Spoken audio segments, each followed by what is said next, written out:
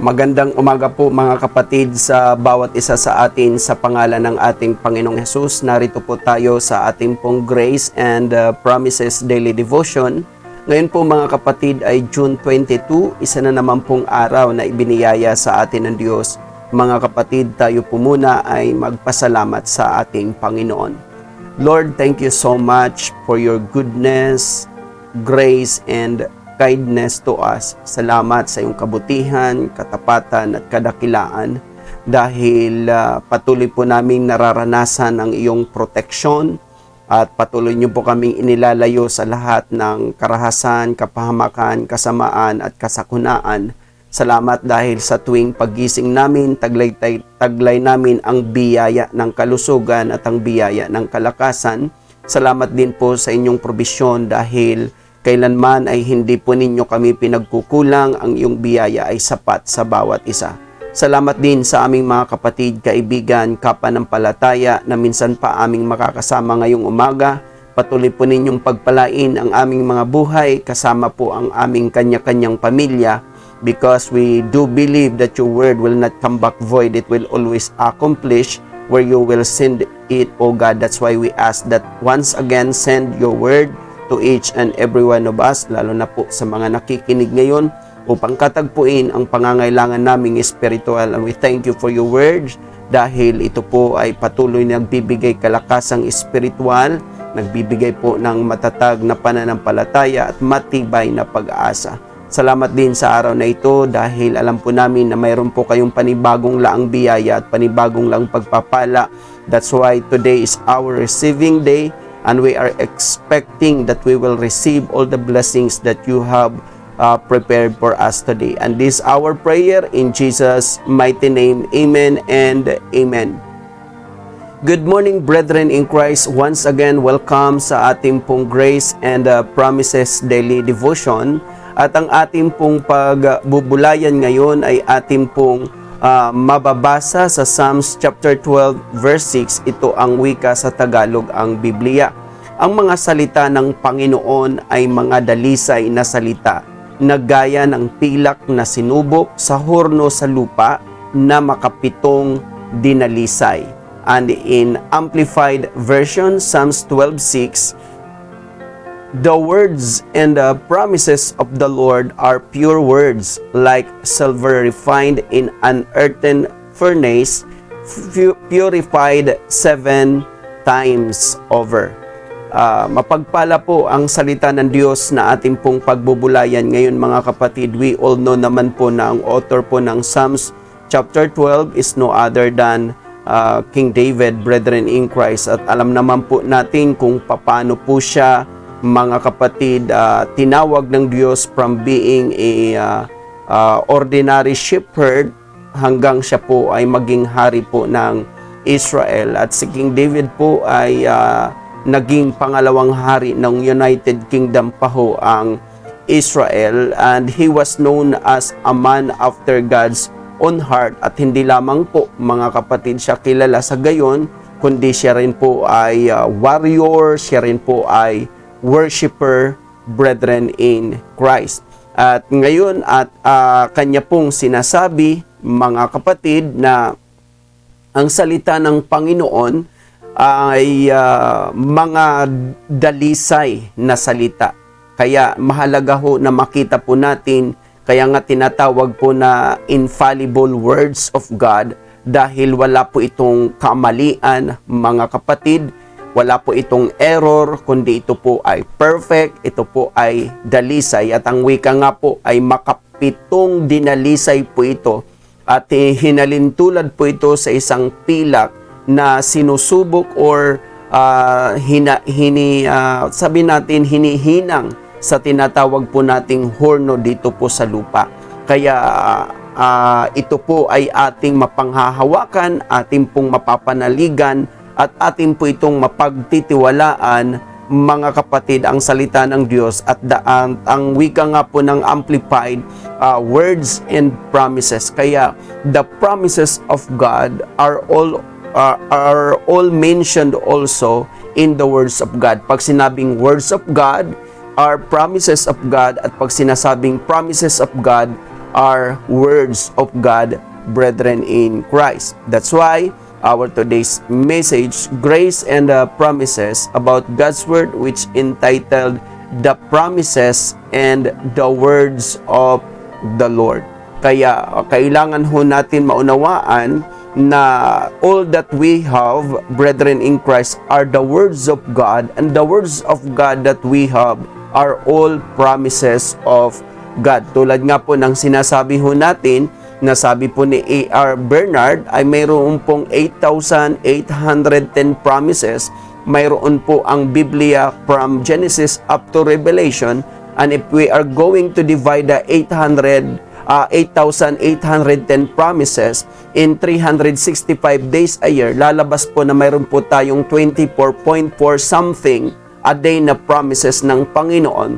At kung tayo po ay mayroong 24 hours a day, mga kapatid, lumalabas na bawat oras may pangako po ang Diyos sa bawat isa sa atin.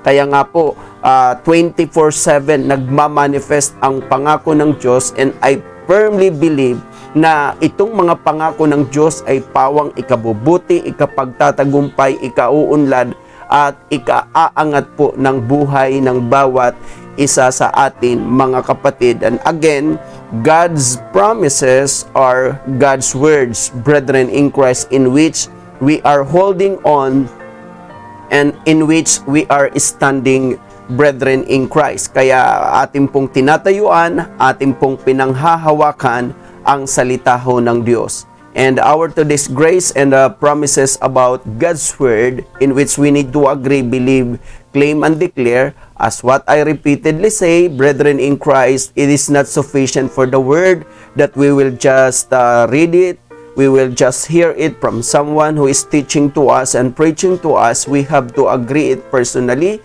We have to believe it personally, we have to claim it personally, and we have to declare it personally, so that there will be manifestations sa buhay po ng bawat isa sa atin. At this point of time, we are going to tackle the 12 P's pagdating po ng promises ng Panginoon. At itong mga promises ng Panginoon, ito rin po ay ang kanyang mga salita sa buhay ng bawat isa sa atin. Again, we are going to tackle the 12 P's regarding sa promises and the words of the Lord.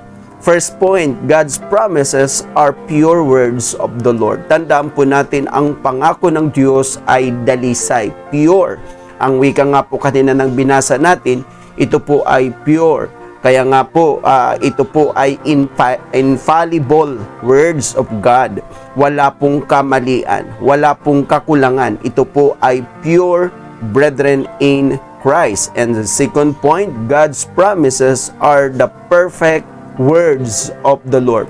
Perfect, brethren in Christ. Wala pong pagkukulang, hindi nangangailangan ng kasama, hindi nangangailangan ng ayuda, hindi nangangailangan ng support. The word itself will stand itself. Why? Because the word of God or the words of the Lord are perfect, brethren in Christ. Kaya nga po, napanghahawakan natin ang pangako ng Diyos because ito po ay perfect, walang kamalian, mga kapatid. And the third point, God's promises are the precious words of the Lord. Kaya nga po, wala pong ibang mabuti, walang ibang pinakamainam, walang ibang pinakamaganda, kundi ang salita ho ng Diyos. In our time, ang lahat ng ating naririnig are bad news, or ang ating mga nababasa, puro bad words. But salamat sa Diyos because we have His precious word. Only the word of God sa ating panahon ngayon ang precious. Walang ibang mainam, walang ibang maganda, walang ibang mabuti, kundi ang mga salita ng Panginoon. At ang mga salita nga po ng Panginoon, ito ang mga pangako sa bawat isa sa atin. Fourth point, God's promises are the purified words of the Lord. Mga kapatid, maganda po yung sinasabing purified dahil ang pagkabigkas kanina sa ating pong binasang talata 7 times. Meaning to say, mga kapatid, ay hindi na po dapat natin pag-alinlanganan ang salita ho ng Diyos dahil ito po ay 7 beses na dinalisay. Kaya nga po mga kapatid, meaning kumbaga sa isang purong-puro na po ito mga kapatid at dinalisay na po ito ng sobra because 7 times po. Kaya nga po mga kapatid, kapag ang Diyos ay nagplano, titiyakin niya na talagang ito ay matutupad, magaganap at mangyayari sa ating mga buhay. Kaya nga 'di ba minsan ina-advise po tayo na before we decide, think it 7 times. Kasi ang salitang 7 perfected, brethren in Christ. Kailangan bago tayo magplano, bago tayo magdesisyon, bago tayo magsalita, think it 7 times. Kung ang salita ng Diyos ay dinilisay ng 7 times, meaning the words of the Lord ay perfected bago po niya ito salitain at bigkasin sa ating mga buhay. Kaya wala pong sablay mga kapatid sa salita ng Diyos. Wala po itong mintis. Bakit po? Dahil ni katiting na bahid ng kamalian ay wala po mga kapatid because it's been purified for 7 times. And fifth point, God's promises are the proven words of the Lord. Makikita po natin na almost, brethren in Christ, 80% of the prophecies in the Bible have been fulfilled already. So meaning to say, ang mga natupad lamang na mga propesiya, ito ay katunayan na po na totoo at tunay ang mga salita ng Panginoon at mga pangako ng Panginoon. Almost of the prophecies in the Bibles, brethren in Christ, were fulfilled at mga ilan na lang pong porsyento ang mga hindi pa nagaganap at natutupad and still fulfilling, brethren in Christ. Kaya nga po, pinatunayan na po ito ng kasaysayan, mga kapatid, na ang salita ng Diyos ay tunay, subok at totoo dahil ito po ay nangyayari ayon sa takdang panahon na prinapisay, mga kapatid. Kaya salamat sa Panginoon because we have His proven word. Kung napatunayan na po ito ng kasaysayan ang salita ng Diyos at ito rin po ay napapatunayan sa ating mga buhay, mga kapatid. Kaya the promises are the proven words of God. 6th point, God's promises are the powerful words of the Lord. Kaya nga po, sinasabi po sa Lucas na walang salita ang Diyos na di walang kapangyarihan. All of the words of God are powerful, brethren in Christ. Bakit po? Because through the words, everything were created, brethren in Christ. Everything was created dahil sa salita ng Diyos. Everything was sustained because of the Word of God. Kaya mahalaga ho mga kapatid na maunawaan po natin, our Lord Jesus Christ just spoke words at ito po ay nakakapagpagaling, ito po mga kapatid ay nakapagpapala, so on and so forth. So the Word of God is powerful, brethren in Christ, sa ating mga buhay. And 7th point, God's promises are the prosperous words of the Lord. Kaya nga 'di ba naririnig natin lagi, the word of God will not come back void. It will always prosper sa lugar na pinagsusuguan ng Diyos. Kaya mga kapatid, mahalaga ho na tayo ay magkaroon po ng salita ng Diyos para po ito ay maging prosperous. Atin po itong sinasang-ayunan, atin po itong sinasampalatayan, inaangkin at dinideklara so that the Word of God will prosper sa buhay po ng bawat isa sa atin. Ito ay patuloy na gaganap, tutupad at magpapangyari sa ating mga buhay, mga kapatid. And of course, 8th point, God's promises are the prophetical words of the Lord. Before anything else, brethren in Christ, itong mga nangyayari sa atin has been already prophesied in the Bible. Maging po yung ating pagkatawag sa atin, mga kapatid, bilang mga anak ng Diyos at tayo ay mga tinaguriang Kristiyano, mananampalataya at born again, it's been already prophesied in the Bible. Kaya God's promises are prophetical words of the Lord. And of course, 9 point, God's promises are the providential words of the Lord.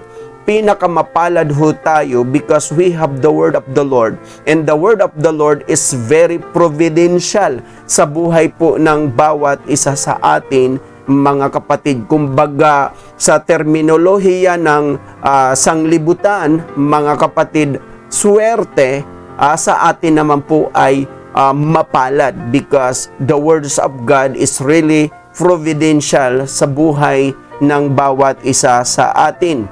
And of course, 10 point, God's promises are the profitable words of the Lord. Lahat po, mga kapatid, ng salita ng Diyos ay napapakinabangan. We have tackled that last Sunday, brethren in Christ, that the Word of God is profitable sa ating pong mga buhay. Kaya po, mahalaga ho na kapag tayo ay nagbabasa, nag-aaral, nagbubulay-bulay, nakikinig ng salita ng Diyos, ito po lahat ay profitable, and tayo po ay nakikinabang sa benepisyo nito sa ating mga buhay. And of course, 11 point, God's promises are the purposeful words of the Lord. Hindi pwede na magsasalita lang ang Diyos for nothing. Every time He uttered words, every time that He speak words, brethren in Christ, ito po ay may layunin. Ito po ay may purpose sa buhay ng bawat isa sa atin. Kaya nga po, mga kapatid, itong ating ginagawa, God has a purpose sa buhay po ng bawat isa para po tayo, mga kapatid, lumago sa biyaya, lumago sa pananampalataya, lumago sa ating pamumuhay bilang Kristiyano. So every word of God has a purpose, brethren in Christ. And lastly, 12 point, God's promises are the productive words of the Lord. Ito po ay nagbubunga, mga kapatid. Hindi ho pwede na napakinggan natin ang pangangaral tungkol sa pag-ibig ng Diyos na wala pong manifestation ng pag-ibig sa buhay natin. Kaya ito po ay produktibo. The moment, brethren in Christ, tayo po ay naturuan sa pagpapatawad, makikita po ang pagpapatawad sa ating buhay, makikita ang bunga ng pagpapatawad sa ating buhay. The moment we tackled about prosperity, the prosperity of God will manifest sa buhay po natin. Ito po ay nagbubunga sa buhay po natin. Kaya nga, di ba, naririnig natin, once your pastor preaches wealth, there will be wealthy in the congregation. The moment the pastor preaches about prosperity, there will be prosperity in the congregation. The moment the pastor preaches about healing, there will be healing in the congregation. Kaya nga po, ang salita ng Diyos hindi babalik ng walang kabuluhan, hindi babalik ng walang bunga. Ito po ay patuloy na magbubunga sa ating mga buhay ng mga pagpapala ng ating Panginoon. Kaya mga kapatid, salamat po sa Diyos, salamat po sa Kanyang kabutihan sa ating mga buhay. To sum up of our today's message, Grace and Promises about God's Word, which entitled The Promises and the Words of the Lord. And our today's Grace and Promises about God's Word, in which we need to agree, believe, claim, and declare. We tackled the 12 P's regarding God's promises and words of the Lord. First point, God's promises are the pure words of the Lord. Second point, God's promises are the perfect words of the Lord. Third point, God's promises are the precious words of the Lord. Fourth point, God's promises are the purified words of the Lord. And fifth point, God's promises are the proven words of the Lord. And sixth point, God's promises are the powerful words of the Lord. And 7th point, God's promises are the prosperous words of the Lord. And 8th point, God's promises are the prophetical words of the Lord. And 9th point, God's promises are the provincial words of the Lord. 10th point, God's promises are the profitable words of the Lord. 11th point, God's promises are the purposeful words of the Lord. And 12th point, God's promises are the productive words of the Lord. And these are the 12 P's: pure, perfect, precious, purified, proven, powerful, prosperous, prophetical, providential, profitable, purposeful, productive words of the Lord. And these are all the promises of God sa buhay ng bawat isa sa atin. Kaya wala na po tayong dapat ipag-alinlangan, wala na po tayong dapat ipagduda, wala na po tayong dapat ipagdalawang isip pagdating po sa mga salita ng Diyos, because ito po ay has been purified for 7 times. And these words, brethren in Christ of the Lord, are promises sa buhay ng bawat isa sa atin ng mga anak ng Diyos, born again Kristiyano at mananampalataya. Tayo po ay magpasalamat sa ating Panginoon. Lord, kami po ay nagpapasalamat sa iyong kabutihan, kadakilaan, katapatan sa aming mga buhay. Thank you, Lord, dahil ikaw ang Diyos na aming pong nakilala. Thank you for all of your words, Lord. Truly that all of your words are pure, perfect, precious, purified, proven, powerful, prosperous, prophetical, providential, profitable, purposeful, and productive po sa buhay po namin. Thank you for all of your promises, God, because it always manifests, Lord, and it will continue to manifest, Lord, in our lives 24/7 a day. Thank you, God. Thank you, Jesus, dahil ikaw ang patuloy po na nagpapala sa amin ng walang tigil, walang humpay, walang sawa, God. Thank you for your promises, God. And at ang iyong mga salita ay aming pinanghahawakan, amin po itong tinitindigan, at amin po ito, Panginoon, sinasampalatayanan, God. Salamat, Lord, sa lahat-lahat na ginawa po ninyo sa aming buhay, sa lahat-lahat na ginagawa nyo sa aming buhay, sa lahat-lahat na gagawin mo pa sa aming mga buhay. Salamat din sa patuloy po ninyong pagpapala sa amin, spiritually, intellectually, emotionally, physically, materially, and financially, Panginoon, at sa lahat ng aspeto ng buhay namin. Patuloy po namin itinataas sa inyo ang aming mga kapatid na may mga negosyo, that continually bless their businesses, at maging po sa aming mga kapatid na nagtratrabaho, we continually pray that bless their jobs, at maging po sa mga kapatid namin na mga nag-aaral, we continually pray that bless their studies, at sa aming mga kapatid na nasa kanya-kanyang bahay lamang, anuman po ang ginagawa, we continually pray that bless every work of their hands, O God. Salamat, at wala po kayong isa sa mga anak mo ang hindi po ninyo pinagpapala sa araw-araw. Salamat din sa isang magandang araw na naman na minsan pa inyong ipinagkalob sa amin, dahil sa araw na ito ay minsan pa namin tatanggapin ang iyong laang mayamang biyaya at laang mayamang pagpapala. That's why throughout the day at sa buong araw na ito, kami po ay magiging successful, prosperous, victorious, triumphant, overcomers, favored, blessed, at sa lahat, Panginoon, pa na pangako ninyo sa amin. At ang nais mo lamang sa amin ay maging pagpapala kami sa lahat, sa aming pamilya, sa aming iglesia, sa aming komunidad, at sa lahat ng taong aming makakasalamuha. Thank you for making us vessel, channel of blessing, and being a blessings to everyone. At salamat din po, Panginoon, sa bawat isa sa amin, sa lahat ng mga anak born again Christian at mananampalataya, because in your hands we are well protected and well secured, and because we are always covered with your precious blood, and we are always surrounded with your guardian angels, and we are bearing your powerful name, Jesus. At salamat din po sa aming bansang Pilipinas, because ang bansang Pilipinas ay pinagpala at ang bansang Pilipinas will become a COVID-19 free country, and we continually declaring that through the finished work of our Lord Jesus Christ, because the finished work of our Lord Jesus Christ is sufficient upang pawalan ng bisa, pawalan ng kamandag, pawalan ng karapatan, pawalan ng kapangyarihan ang espiritu ng coronavirus.